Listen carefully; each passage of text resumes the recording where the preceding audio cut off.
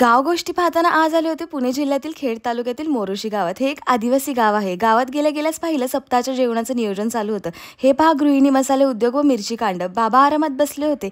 या गावच्या मंदिरात जाऊन दर्शन केलं। संपूर्ण मंदिर खूप सुंदर आहे। सप्ताह चालू असल्यामुळे जेवणाची पण सोय होती। गावची मंडळी जेवत होती। मग आम्ही बसलो जेवायला। पाहुणे मंडळींना कसं ट्रीट करायचं हे या गावच्या मंडळीकडून शिकलं पाहिजे। या कोंबडींच्या पिल्लांची लुडबुड तर पहा। गावातल्या बायकांचा पाणी आणायला जायचा टाइम झालेला।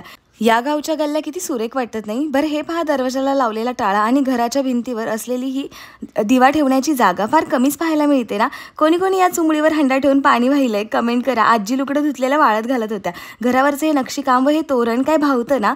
बरं, ही आहे कधी न सुटणारी मैत्री। हे पहा, या वयात आजी स्वतःचं काम स्वतःच करतात।